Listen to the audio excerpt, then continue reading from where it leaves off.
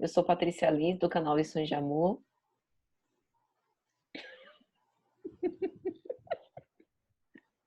O que foi? Me deu uma vontade de lhe atrapalhar. E por que não atrapalhou? Não, eu sou um rapaz sério.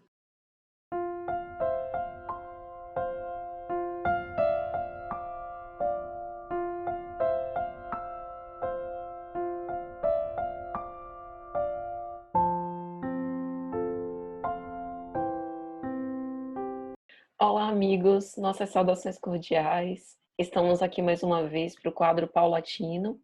Eu sou Patrícia Lins, do canal Lições de Amor. Sou Rodrigo Oliveira, do canal Poesia do Evangelho. E hoje a nossa temática é a seguinte: antes de tudo, não me chames mestre.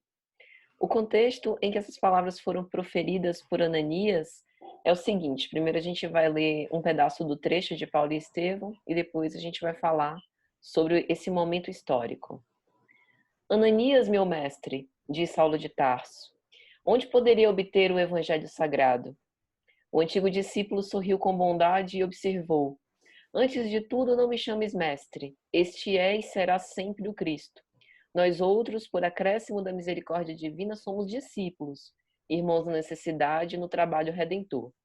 Quanto à aquisição do Evangelho, somente na Igreja do Caminho, em Jerusalém, poderíamos obter uma cópia integral das anotações de Levi. Se nós estamos bem recordados, Saulo de Tarso estava internado numa estalagem após entrar em Damasco e ficar cego pela aparição do Cristo, e aguardava durante alguns dias a vinda de alguém que pudesse tirá-lo daquela situação.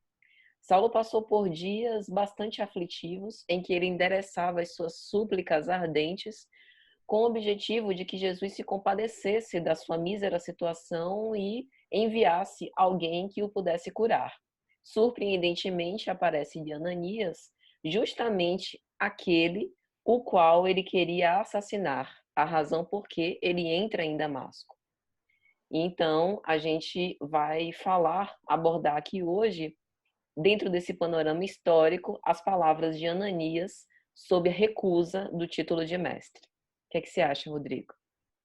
Nessa passagem eu acho que tem algumas questões que a gente pode explorar. Dentre elas, tem duas que eu vejo que são importantes, que são a questão da cooperação e da humildade. Ananias, mesmo sabendo que tinha mais conhecimento de que Saulo em relação ao Evangelho, mesmo sabendo que ele era um evangelizador, que inclusive tinha evangelizado Abigail, mas era uma das pessoas que tinha esse costume de estar levando o Evangelho para as pessoas, e ele não aceita esse título de mestre que Saulo tenta colocar, né, para Ananias.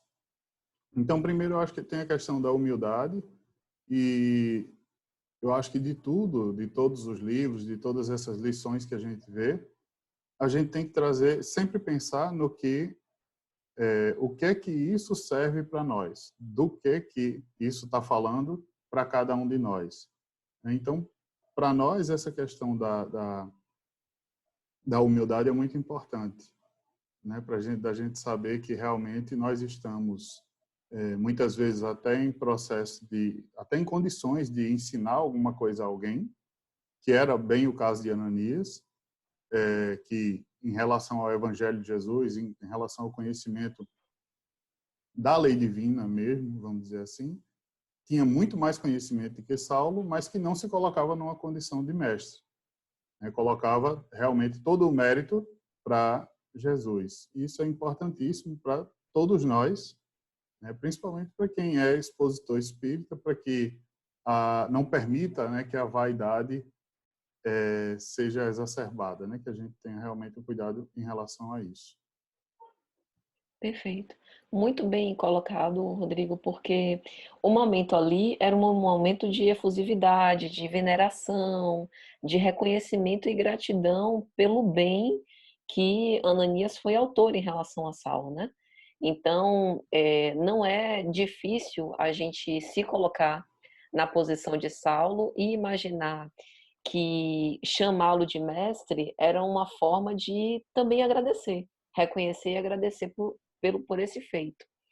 E o que eu acho interessante é porque, assim, o momento é um momento muito precioso, porque como Saulo vai à cidade para assassiná-lo e colocou Ananias na posição do seu adversário, esse encontro acaba promovendo uma reconciliação importante. E lembremos que durante a conversa, Saulo pede, né, um pouco anterior a esse trecho que a gente leu, Saulo pede para que Ananias faça as referências com respeito a Estevão, fale da época quando, como você disse, ele visitou a casa de Jope para evangelizar Abigail, e Abigail falando do amor que ela sente, né, por Saulo e do quanto ela orou pela conversão dele a Jesus, né?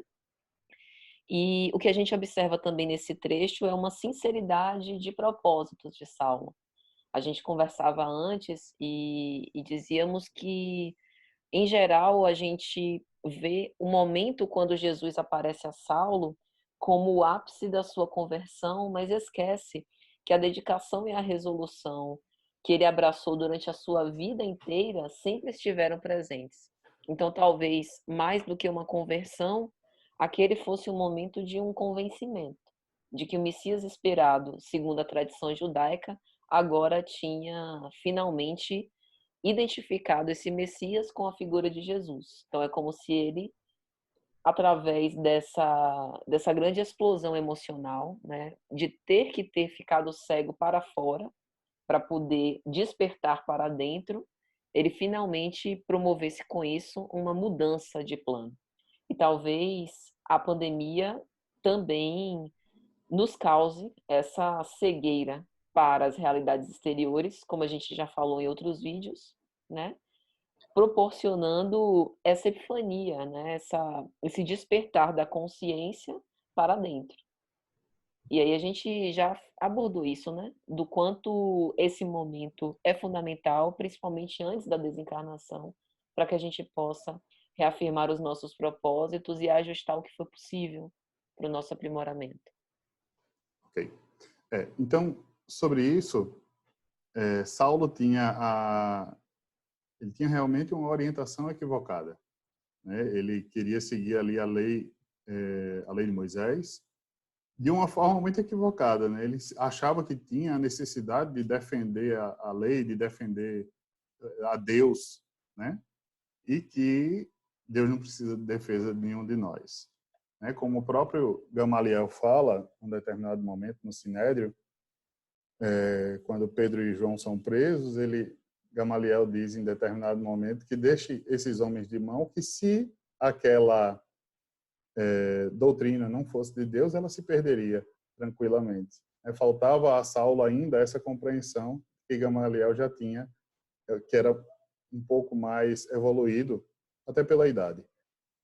Mas eu acho então que daí também nós podemos tirar a questão a atitude nobre de Ananias. Eu vejo essa atitude dele como uma orientação direta, né, como seguindo a uma orientação direta que Jesus deu a todos nós, né, está lá em Mateus, capítulo 5, no Sermão da Montanha, o versículo 44, onde no 43 Jesus diz assim: ouviste que foi dito, amarás o teu próximo e odiarás o teu inimigo. E no 44 diz: eu, porém, vos digo, amai os vossos inimigos. E eu acho que essa atitude de Ananias, ela vem exatamente mostrar para nós como seguir essa orientação. É lógico que Ananias teve uma outra orientação direta de Jesus. Jesus aparece para Ananias dizendo a ele: vá à estalagem para recuperar Saulo, mas ele questiona ainda assim, né? Ele diz: Senhor, tenho ouvido quantos maus esse rapaz tem feito aos teus santos em Jerusalém. E Jesus diz a ele: mas vá, que ele é para mim um vaso escolhido. Então é importante que Ananias sabia do risco que tinha, mas confiou em Jesus. né? Confiou realmente em Jesus e foi recuperar Saulo. Então, mesmo sabendo que Saulo estava fazendo muito mal aos cristãos, porque isso era público, né, para todo mundo sabia da fama de Saulo, tanto que depois que ele se converte, essa conversão dele é muito difícil, porque as pessoas ficam todas meio assim com ele, porque ele era o principal perseguidor dos cristãos, né? Mas mesmo assim, Ananias vai e faz o que Jesus pediu, né? É importante, então, que a gente saiba e que a gente tome isso para nós, é que a gente deve sim seguir o que Jesus ensinou, muito embora em muitos momentos a gente identifique algum perigo, né? Num caso desse, por exemplo, que a gente tenha medo de uma pessoa que nos fez mal, mas que a gente consiga, com boas atitudes, né, através do exemplo, da obediência ao que Jesus nos ensinou, ao que está no Evangelho, a gente consegue recuperar pessoas que estão em falta, né, e que poderiam ser inimigos, pretensos inimigos. E suas considerações finais, Rodrigo? Eu acho que é isso, que essa passagem ela mostra muito da cooperação e da humildade, né? Então, a gente sempre tem falado dessa questão da cooperação, e eu acho que isso é importantíssimo em todos os momentos, sobretudo agora. E mesmo nessa questão do isolamento, a gente deve sempre se esforçar